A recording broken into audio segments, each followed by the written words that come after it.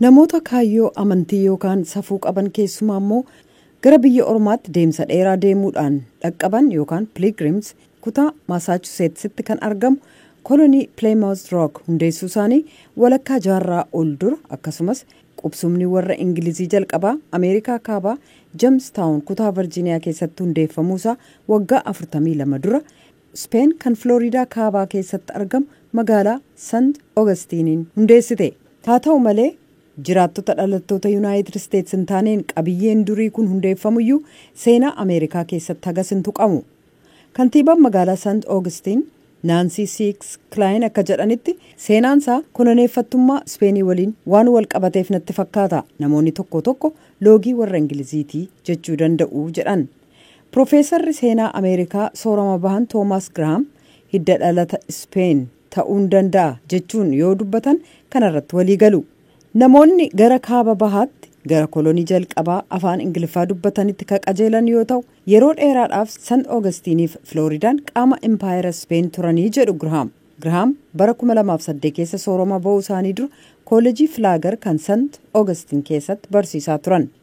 Augustinii Floridaan yeroo dheeraadhaaf irraanfatamanii turan sun akkuma dammaqni babal'ataa dhufeen xiqqoo jijjiiramaa dhufeera. Yeroo gabaabaa jechuun bara 1763 fi bara 1783 gidduu yeroo jiru keessa bulchiinsa Ingilizii jala kan turerraan kanaaf St. Augustine bara 1565 hanga bara 1821tti to'annaa Speen jala ture. St. Augustine ennaa Speen maallaqa ilaalchisee ba'aa waan taateef qabiyyee ishee Floriidaa dabarsitee kennite bara 1821tti qaama United States taate. Har'a St. Augustine magaalaa xiqqoodha. Lafa square kiiloomeetirii 27.7 kan qabdu yoo ta'u lakkoobsi baay'ina uummata ishee gara 15,000 ta'a.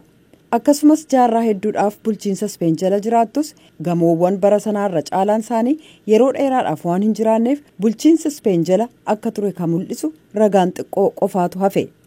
Siidaa yaadannoof daandiiwwan duraan kan xaaliyaanii fakkaatan boodarra garuu akka aadaa Speenitti hojjetaman qabnaa jedhu Graham. Daandiiwwan sun ammayyuu jiru. Daandii dhiphoof magaalaa xiqqoon kan jiran yoo ta'u qaama St. Augustine ta'uudhaan hambaa seenaa ta'anii hafanii jiru. Hambaa seenaa masaraa Speen St. Augustine ka durii Castillo de San Marcos jedhama. Bara 1665 haleellaa Ingilizii irraa of eeguuf ijaarame. Siidaan kun amma siidaa biyyoolessaa ta'ee jira. Magaalaa guutuu eeguuf ka qophaa'e ture. Ka magaalaa St. Augustiniif masaraa sana to'atu kamiyyuu yeroo sanatti naannoo Floriidaa to'ata ture jedhu Christ Lavert tajaajila paarkii biyyoolessaarraa. Galmeen nuti haleellaa St. Augustine irra ga'e ilaalchisee qabnu magaalattiin dooniidhaan marfamtee akka turte akkasumas loltoonni magaalattii dhuunfachuu isaaniif jiraattonni magaalattii haleellaa jalaa achi keessa dahachuu isaaniiti jedhu. Waltajjiin giddu galeessaaf gamooleen itti aananii jiran qabeenya Ameerikaa sooreyyii ta'anii kanneen qorra hamaa kaaba United States irraa fagaachuu barbaadaniif bakka murteessaadha. Bara 1870moota keessa nama daldalaa kan ta'e Henry Flagler hoteelota addunyaa beekamoo ta'an 3 bakka sanatti ijaare. Hoteelonni kun daawwattoota sooreyyii ta'aniif tajaajila kenna. St. Augustine haala qilleensaa ho'aa ta'e waan qabuuf warreen sooreyyiin naannoo sana akka hubatan Flagler bira ga'e. Haala qilleensa akkasii immoo magaalaan New York hin qabdu jedhu Graham. Qophiin Ameerikaaf uummata ishee kanarraa kanuma torban qophii biraan hanga walitti deebinutti nagaatti.